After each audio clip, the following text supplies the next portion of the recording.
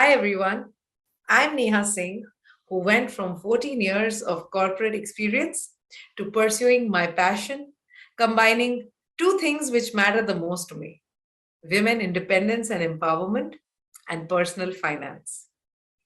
Now, I've worked across industries like financial services, strategy consulting, and I noticed that every time I wanted to talk about issues like family relationships, health, shopping, even, I could simply lean on the women around me. But when I started asking questions like, where should I do my tax saving? Or what about my investments this month? Where can I put that? I had to look at the boys' table. This gap made me launch Womoneysta, a platform which is working with women, enabling and educating them to make money and investments simple, relatable, and accessible. You see, in my life, at many junctures, money became one of my best friends, in fact, my saviors, I would say. And with this platform, I hope that we can reach out to many, many more women who will be ready to befriend their relationship with money.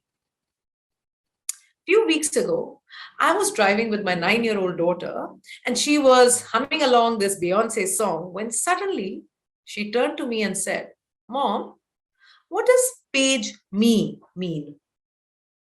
I suddenly felt really old. You see, if even before we all had mobile phones, there used to be a device called pagers, which we used to communicate.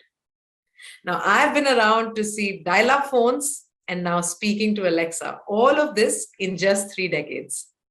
The point I'm making is that learning and unlearning is a crucial and unavoidable part of our lives because human beings progress, and we all know that. Yet, research suggests that when there is a new technology or a new platform which is introduced, only 3% of people in the world, they're called innovators, who adopt it quickly, followed by another 14% who are called early adopters. Now, just 17 out of 100 people in the world are willing to risk a new technology which could possibly make their life better, faster, simpler.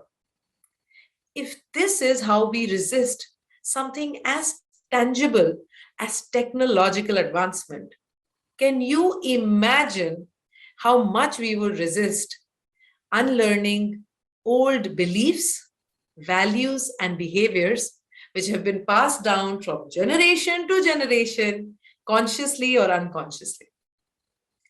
So, today I'm going to talk about one such behavior which seems to be stuck in time: women and money. Research of over 4,000 women in India shows that only 7 out of 100 women today take independent money decisions. Only 7. Yes, single digit. Why?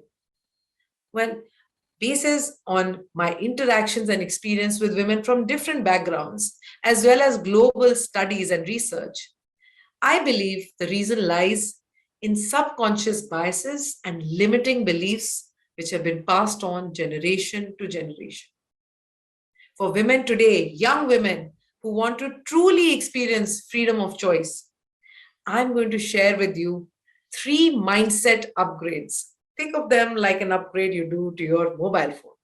So, 3 mindset upgrades which are going to help us reboot our money beliefs and get rid of these limiting beliefs. Let's start with the first outdated belief passed on generation to generation. The first money upgrade that I suggest is this: money decisions are his job. Now, don't think of this as a capability issue. Absolutely not. In fact, this is not very different between working women or homemakers. Ask a working woman, how does she manage her investments? And she'll probably say that she leans on someone else or it's just kept in the bank. Ask a homemaker, and it is no different. Research says that young women start leaning on their fathers to help them with their early financial decisions. Only 5% women lean on their mothers. This behavior shifts to the husband as soon as women get married. And once they have children, the dependency on their husbands for financial decision making goes up 90 times. Yes. So here is a new way of looking at this. Yeah. Let's talk about this particular ad. I'm sure you all have seen this ad. Let's look at it. This is a very popular campaign called hashtag Share the Load, which talks about how men should participate in household chores like laundry or cooking or even taking care of the baby, right?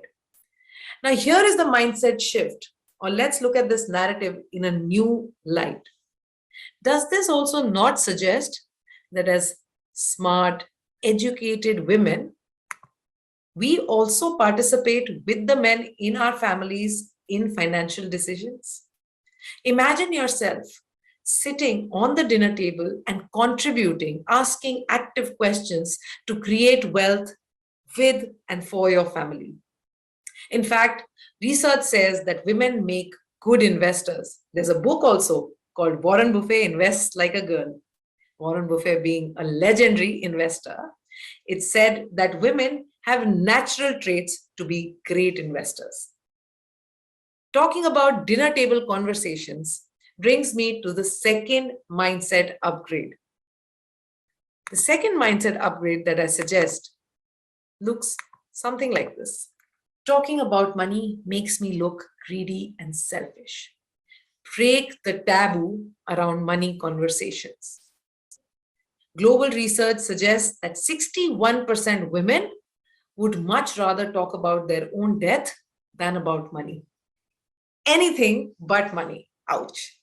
Right. Now, breaking away from this limiting belief comes from sounds in our head, which would be something like this. If I talk about money, I might look very selfish. It also comes from messages given to us as young girls. Put others before yourself, right? Or adjust so that you're seen as a good person, a good girl. I also got these messages as a young person, and it took me a long time to reset these beliefs. Here is the way I propose that you upgrade your mindset around this belief. Instead of thinking of money as evil, start thinking of money as a tool in your freedom toolkit. Yes, it's a tool which provides you with the freedom of choice. Now, wouldn't you want your sisters, your girlfriends to be equipped with this tool which gives them the freedom to choose? At times in our life when we have to take difficult decisions, maybe leaving a toxic relationship or starting an absolutely new career, money is going to be one of your best friends. Money is going to come in as your savior. So here is how I want you to think of money. Think of managing money as a form of self-love. When we think of it as self-love, we will not feel ashamed of asking too many questions. We will not feel ashamed of talking to each other about it. Here is a beautiful quote by Barbara Hewson from her book, Secrets of Six-Figure Women. It summarizes the beauty of money as self-love wonderfully. Asking for more is an act of self-love. Saying no is a show of self-respect. Refusing to settle is a statement of self-worth. And walking away is a sign of self-trust. Let's move on to the third mindset upgrade. The third limiting belief that we carry is that managing my own money is complicated. It's almost like rocket science. Let me reveal a little secret. Managing money requires only two things: fifth standard math and a basic, simple money management structure. Let me elaborate. So if I were to tell you to Whip me up a Mississippi mud pie. What's the first thing that you would do? Apart from Googling the spelling of Mississippi, you'll probably go and get yourself a recipe, isn't it? Why? Because having a recipe is going to make sure that you don't put in too much time or resources and get a tasty Mississippi mud pie. Some chances of success, right?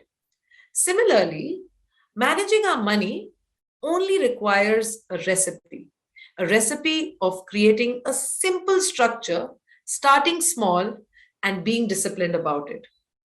You can get yourself this recipe by leaning on money workshops, money mentors, money books, or all of them together. So get started with a small amount and find yourself a simple, smart money management system. So to become friends, just the way you make new friends. So to become friends with money, here are my three simple steps. The first one is to talk to each other. That's how you become friends.